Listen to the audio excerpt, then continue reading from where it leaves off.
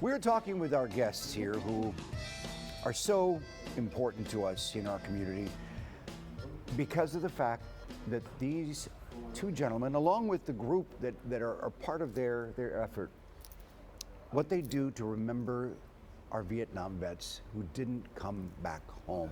And I'm talking about the legendary Ram Chavez and our dear friend J.J. de la Cerda, who, man, they do so much. Welcome. Good to have you guys here. Thank you for having us. Thank you. We're surrounded by This is amazing. memories of the men who gave their lives.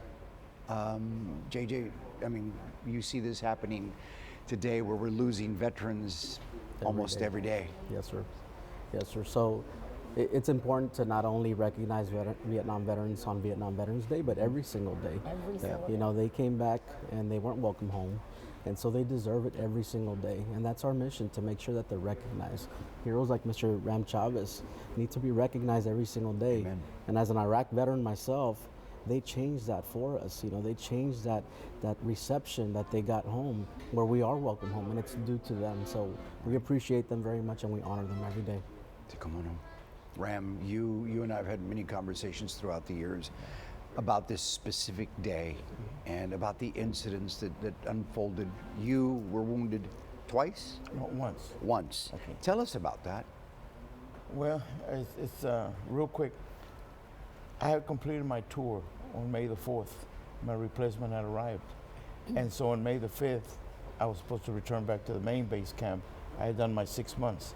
Medics were 6 months in, 6 months out. I decided to, Ram Chavez, do something else.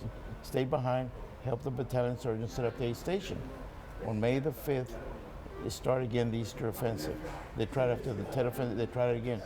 On the morning of May the 6th, as I'm helping with the wounded, they carry the body of Harvey Lynn Cooley, who had taken my place the day before.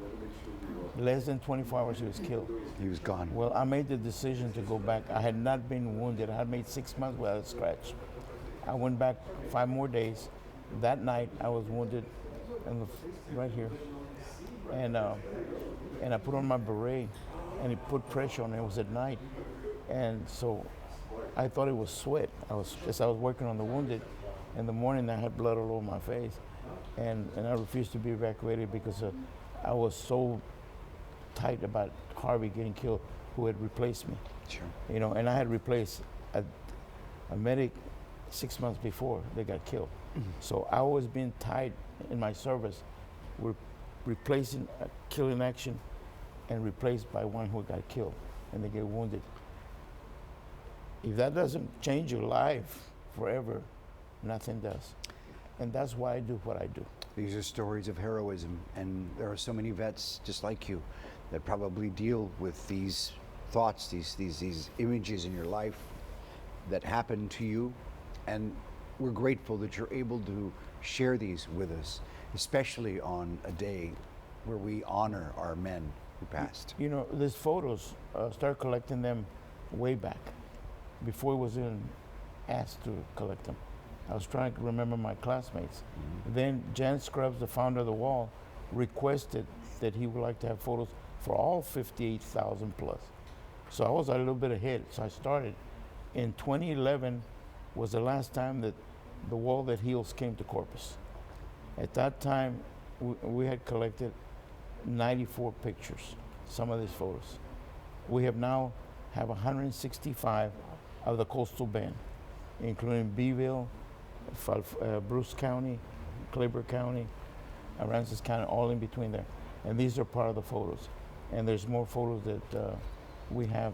Thank you so much for bringing. I know that this is only a few. The Wall That Heals. Yes. This is a touring exhibit that will be held here. Now, this exhibit honors more than 3 million Americans who served in the U.S. Armed Forces in the Vietnam War, and it bears the names of 58,281 men and women who made the ultimate sacrifice in Vietnam. How does this feel for both of you to have this here in South Texas, this exhibit?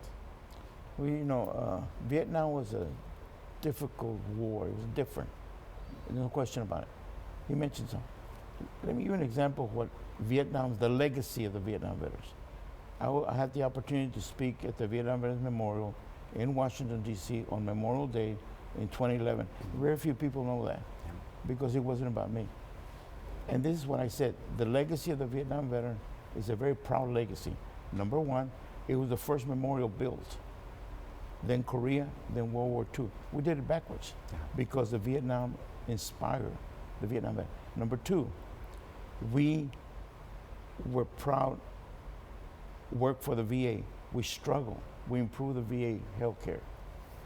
4th of July, Born on the 4th of July, Article 99, 2 movies that explain that. Number 3, Agent Orange. We filed a lawsuit in 1980, 1989. It results of 2000. November 99, finally, the Vietnam veteran. We went to the airports during Desert Storm to welcome the troops for the first time. Why? We were never welcome, and to this day we haven't been welcomed. Yeah. Yeah. We really haven't been welcomed. We welcome each other. Sure. We have never been welcome. I've talked to people, I sent emails, hey, can you help us welcome the Vietnam veterans? Well, we already gave to someone else. We are still not there. Plus, we made sure that they were never left behind. Sure. We fought for the POWMIA from the very beginning. That's the legacy of the Vietnam veteran. We did that. By what we did with Agent Orange has helped burn pits. Absolutely. What we did for the health care, the Vietnam Veterans Fund, everybody has benefited, at least up to last week. Sure. That's a different story. Absolutely. Yeah, you know, that's but another- the legacy of the Vietnam veteran is a very strong, and Vietnam veterans need to know, and the public. So we've got some dates here, March 27th through the 30th. Tell us about that, JJ. Yes, sir. So we're going to be having the wall here at Corpus Christi Veterans Memorial High School from the 27th to the 30th. But before that, we're actually going to welcome the actual wall at the Richard Borchard Fairgrounds on the 25th, Tuesday the 25th. We plan to make a huge procession over to Veterans Memorial. So any motorcycle riders that want to join us, even though you're not a veteran or you're not part of an organization, come and join us. We welcome any motorcycles. Sure. And that's happening when? On Tuesday the 25th, we ¿A qué meet hora? at the Richard Borchard Fairgrounds at 10:30 a.m. Now, they do want to be a part of it. What do they have to do? Who do they have to Simply contact? show up. Okay. Simply show up. The invitation is open. It's And open if you're to a everyone. veteran, or perhaps you had a loved one who is a veteran who is no longer with us and you want to represent them, they can be a part of this Yes, sir. procession. Yes, sir. Very, very and good. additionally, on the 26th, which is on a Wednesday, we're going to assemble the wall. It takes about 6 hours to assemble. Right. And so we're welcoming any volunteers of all ages. Sí. And we start at 8:30 in the morning. It takes about 6 hours. Después de eso, we're going to have the volunteer orientation at 6 p.m. ¿Dónde podemos encontrar más información? The Wall That Heals, Corpus Christi, 2025.org. And there it is right there. We've got a QR code for you. And you know what a better place than at Veterans Memorial. The high school built in honor of all veterans. Now to put Richard, things... please read. If I Yes. can go front. This book was sent to me just this week. This gentleman has 122 of these photos from the Corpus Christi area, and 122. We have the coastal band. Right. He lives here in Corpus. I thought he was from somewhere else. And he has documented 122 of the local. There are 101 that were killed from Corpus Christi. Okay. That he includes Robstown and one more. That's 122. Right. We will have 16 counties, the coastal band, photos, and puts the face to the name. Sure. And that's very important. Absolutely. It's important. So I want to thank Mr. Bill Fisher for sending me this book. Absolutely. And having the history of each one of these To young men. document each one of Yeah. these lives. In total, how many lives did we lose in the coastal bend? All of the counties that were mentioned. 169. Wow. Yeah. We can honor them. And you that's- know what? I see some familiar names appear. Yes. I may add that are extremely important. And these names and these pictures will also be out there as well. So Yes, sir. the pictures that we want to share with everyone. But We will have the photos there as well. yeah, JJ, Ram, thank you for coming. Thank you. Les Thank you. agradecemos. Thank Thank you you for for having doing us. what you do for our veterans. Thank you.